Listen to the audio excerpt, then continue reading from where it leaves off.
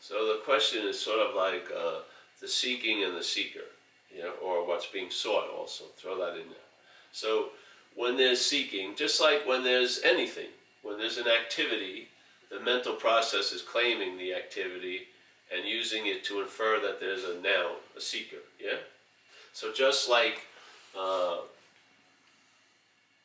doing one thing produces that bondage to being the one who's doing it, the same thing with seeking. It's not in a different stratosphere. It's the same as anything else here, yeah?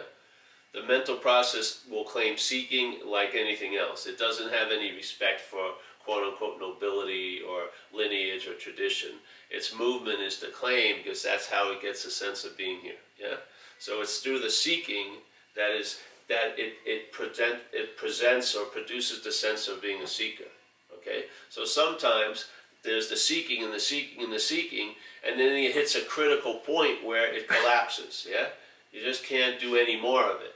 And in that moment, when it collapses, the seeker, there's a pause, because now there's no seeking, and it's not immediately translating into a seeker because the seeking has stopped. And in that moment, something can be revealed. And at that moment, the seeker, quote-unquote, finds that it's what it was seeking for, yeah? The seeking claimed seeker. Then suddenly the whole system collapses. You think it's just the seeking that collapsed, but the seeking and the seeker are the same system.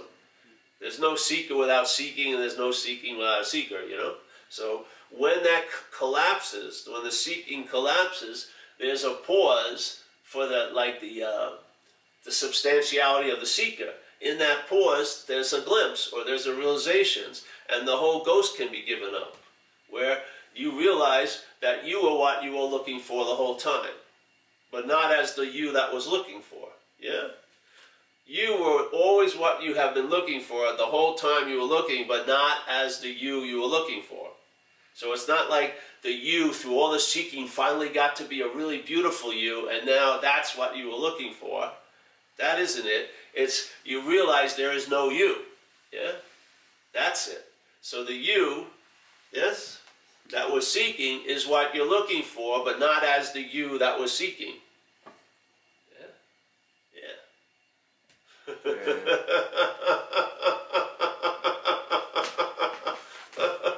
Yeah.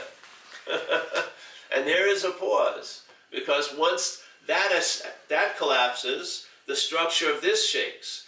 Once the seeking collapses, the structure of the seeker shakes, because the seeker is dependent on the seeking in a way. Yeah?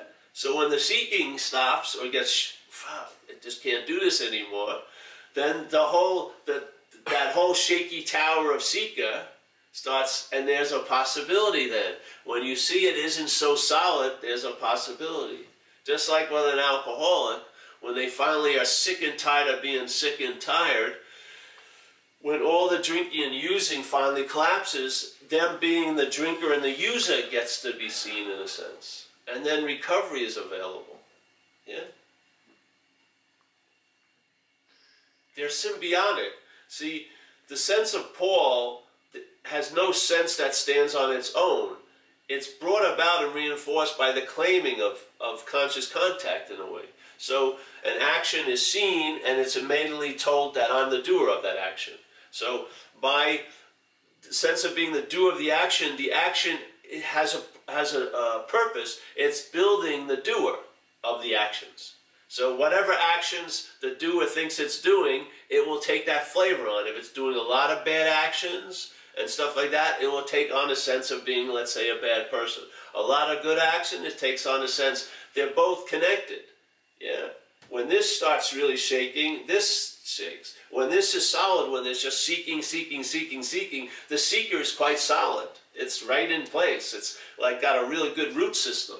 But when the whole system is, let's say, given up, like I need do nothing, something is possible then. There's a revelation that's possible, because now it doesn't have a solidity, because it's not doing what it's, hey, I'm not that. Just like when you have an identity because of something you do, and then some situations say, hey, you're a lousy painter or a lousy photographer. It's like the rug's pulled out of you. That identity is very shaky, yeah? because it's not solid in and of itself. There is no doer. It's just doing, and the mind using the doing to produce a doer. Yeah. Just watch mind. Mind reveals itself. The whole activity. You can follow, you can see it. Instead of just seeing, like, the consequential level, if you view it, will show patterns. The patterns show principles, and then you see. Yeah.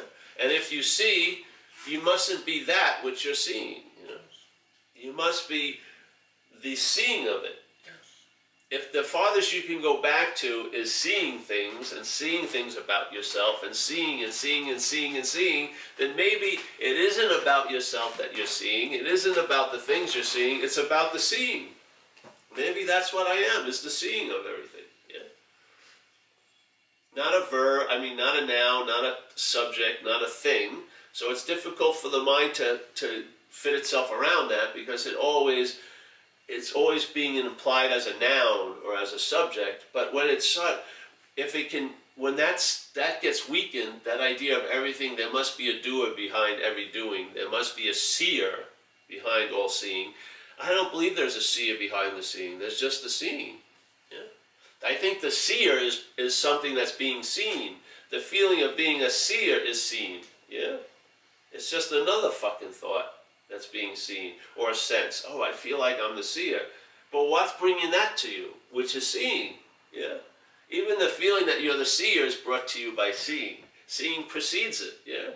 You can't put a noun behind the verb of seeing.